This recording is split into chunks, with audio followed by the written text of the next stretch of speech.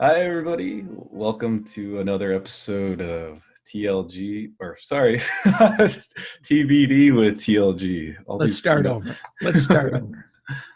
All right. Hi, everybody. Welcome to another episode of TBD with TLG, the podcast where the topic is to be determined. This is the Trowbridge Law Group. I'm Jonathan Nieh, here with my law partner, Gene Trowbridge. How's it going, Gene? Fine, Jonathan. I just can't wait to decide to hear what our topic's going to be today. Me neither. So it is actually TBD, and we actually, come up with topics kind of right before, usually from, questions that we get from clients or from people on Facebook or online or whatever. But this week we got a interesting question from one of the people on Facebook asking, what do I need to get started to do my first syndication? Which is a great question. I mean, that's, I think a lot of people are wondering that, right? We get a lot of comments and questions from people that have never done a syndication before, and they're always, asking, what do I need to do? Which is perfect because, when we do our, crowdfunding workshops, we used to do them once or twice a year, but we spend, well, the last, I guess, segment of the workshop is coming up with the action plan for the people there, right? The steps that they need to take to get their syndication, their first syndication going. So the topic for today is what, or how should we title it? 10 steps you need to take to do your first syndication. How does that sound, Gene? That sounds good. So we're going to go through the action plan and we're going to bounce back and forth. We have them organized, even though it's TBD, we've got this down. So we have them organized in an order. And I think I'm going to start off, Jonathan. I think the very first thing our listeners need to do is find someone to do this with. And our action plan says find a partner to do this with. There are a couple of reasons for that, but the number one reason is continuity. Jonathan, if you came to me with an offering and you said, Gene, it's $50,000 and it's this great property, and I looked at it and I said, yes, it is. I'd love to invest. But the first thing I'd ask you is, Jonathan, I'll give you the $50,000, but what happens if something happens to you? And I'm suggesting to passive investors, you ask that question all the time. You try to find out what the sponsor has as far as a continuity plan. And for the sponsors, you better have a continuity plan, because if you can't get past that answer, you're not going to do your first deal. Jonathan and I know situations where people have gone out as an individual managing member inside of an LLC, and something's happened to them. It's not just dying, it's medical, it's divorce, it's bankruptcy, and all of a sudden there's no one left to run the investment for the people. And most investors won't take that risk. They'll go find someone else who has the continuity, and I think that's important. Okay, what's next then, Jonathan? So actually, that's a good segue, because I think one of the benefits of partnering with someone is you essentially double your database of potential investors, right? So normally, if you're doing it by yourself, then you only have your own database to work with. But if you partner with somebody, now you have his potential network to bring in as potential investors. So the second step would be to develop a database of investors. And I think you usually recommend having at least 50 potential investors on your list, and with a 50% chance of investing $50,000 as an initial investment. And I think it's a really great start. We just based on the numbers, right? If you have 50 people with the 50% chance of investing $50,000, that is, what's 50 times 25? $1.25 million. $1.25 million. Yeah. So right there, I mean, that's a great start, right? Wouldn't that give you some confidence if you knew if you knew that that's where you could start with. Now, some markets, some people are, if you're a beginning syndicator, you might not feel comfortable with 50, although that's the marketplace today, isn't it, Jonathan? Yeah. More often than not, that's what we put in our offerings. But maybe it's 25,000 that you're comfortable with. Well, at 25,000, I think you've got about 575 or something like that. Okay, so that'll work. You just have to kind of think about what's your first offering size going to be based on what you think you can raise. Now, Jonathan, that may be the second step in our action plan, but that's an ongoing step. You're always building your database. And the third step to our action plan is to start with a specific property. If you're going to syndicate and you don't have a track record of doing a lot of properties that are the same, pick one property and syndicate one property. That's the easiest way to get investors interested in a property, to explain how the property is going to work, and raise money. There are few unanswered questions if you're going to syndicate a specific property, and with few unanswered questions, you're likely to get the investor to decide to take part in the opportunity you're presenting to them. So what's number 4? Number 4 would be to make your first raise between $1 million and $1.5 million. So I think the idea is you don't want to go too small for your first offering, right? You don't want to raise only like a few $100,000 and do something small and not make it really profitable for you and your investors. But on the other side of it, you don't want to go too big either, right? You've never raised money before. You never syndicated a deal before. So don't try to raise, $100 million because you're not going to be able to. Right. Yeah. So that goes somewhat back to step 2. What's your database look like? Yeah. Are you looking at the $50,000 investors, or maybe you're looking at $100,000 investors? That might be fine. We're starting to write an offering right now where the unit size is 100,000, and the people have to buy 5 units as a minimum. So we're talking $500,000. Well, that would lead you to think you could raise a larger amount of money. But depending upon where you are in the country, and I think this is somewhat geographically challenging here, if you can raise $1 million to $1.5 million, you can probably buy something from your first deal. Yeah. The next thing is be careful on how you structure your fees. Work with your securities attorney, your CPA, to talk about how the fees are structured.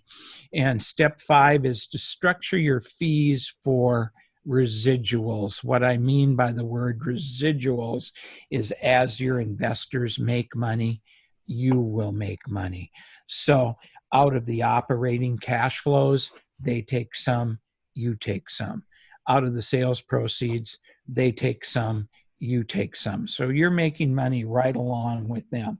The thing I'm most concerned about is a first-time syndicator deciding that they're going to take a whole bunch of money up front on day one. The investors put in $1.5 million, and you want to take $200,000 for your due diligence and acquisition fee.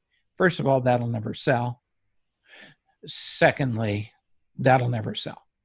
Okay, that's just what it is. You have to be very, very careful about that. The investors don't care if you make money as long as they make money. Okay. Now, what's next? We're at residuals. What's number 6? So number 6 is pretty appropriate. Give yourself about 6 months to complete your first deal. So in a typical, real estate closing transaction, you need at least a month, right? You need at least maybe 2 months, right, for the process of signing a property under contract and then getting to closing. You also need some time to raise money in between that, and then you also need time to hire us and draft all the offering documents and read all the offering documents, get familiar with that, and also building your database at the same time. So 6 months, I think, is a good amount of time to kind of set that as a goal, right? So I'm going to complete my first deal within 6 months. That gives me enough time to do all those things. We have to find a partner. We have to build a database. We have to find the property. We have to find the right thing. We have to structure it. Then you sign an LOI and you sign a purchase and sale agreement and you go to the bank and get your loan. It's not just 6 months from the day you sign the purchase and sale agreement. It's starting. I'm thinking that anyone who's listening to this today who hasn't started, if you follow these steps diligently, you can close in 6 months. But Jonathan, you said something that's very important. Don't short yourself on the time available to raise money.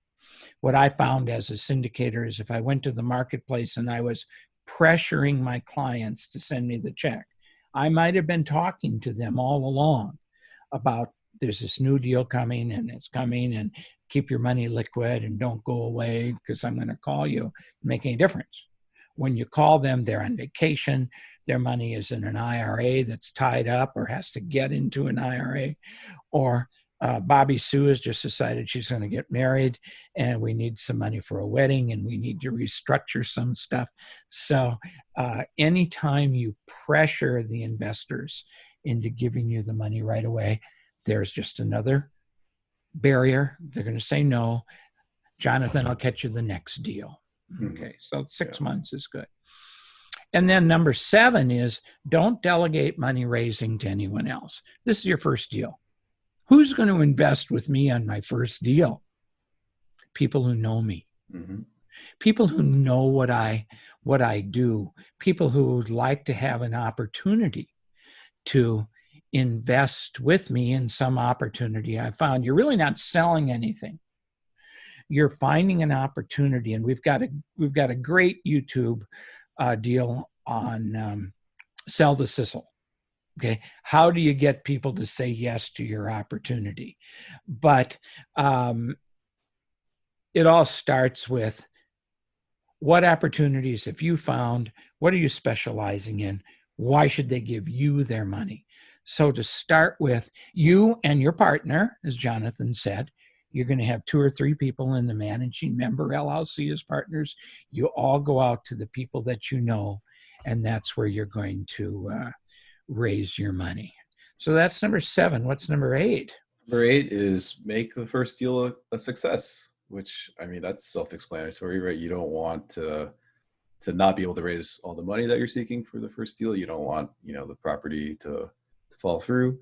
But I think, as long as you follow these steps, as long as you have a good team in place to help you with the entire process of, running the syndication. I mean, it shouldn't be that difficult to do a successful syndication. I mean, you've been doing this for how many years, Gene? And how many of your clients didn't have a successful offering, right? I think you said 0, right? We had one person who tried to do a blind pool on their first offering with no track record. And even worse, it was a blind pool to buy a specific property. And so that isn't in our action list. Our action list says pick a specific property. So I'll tell you what I think about that one. And my issue is the word success. What I think success is, you put the 6 or 7 steps of your action plan together. You've gone out, you've identified a property, you've raised the money, and you've closed. So you told people you had a plan, you activated your plan, you enforced your plan, and now you own a property. That's a success. I don't mean that you have to hold it for 5 years and double everyone's money, because if that's the case, you'd never do your second deal. You just need to get to the point where the investor says to you, hey, Gene, have you done this before? You say, hell yes, once. Okay, that's all we need. We need the first one to be a success, so you get by the question of track record. Now, number 9 is important because it kind of goes with structure your fees as residuals. Number 9 is don't quit your day job. You're not going to make enough money on deal number 1, 2, or 3 individually to replace your earnings.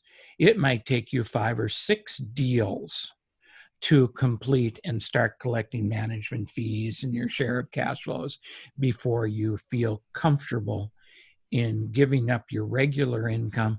Plus, Jonathan, you and I both know syndicators that after they do 1 or 2 deals, they say, this isn't for me. Boy, the care and maintenance of those partners is driving me nuts. I'm going to go back to what I do, which might just be investing passively, right? So don't quit your day job until you budget, until you know that this is going to work. So what's number 10, Jonathan? The last one is to run your syndication like a business, because it is a whole new business, right? I mean, It is. A syndication is a business. You're running a small business, so you should treat it like a business, which means having proper accounting, books, records. It's not your personal slush fund, right? You got to treat it like a business and make sure you have those things in place. Yeah, the trick to all this is the investors think you have their money. Okay, so run it like a business with I don't even want to use these technical words, with the fiduciary obligation you have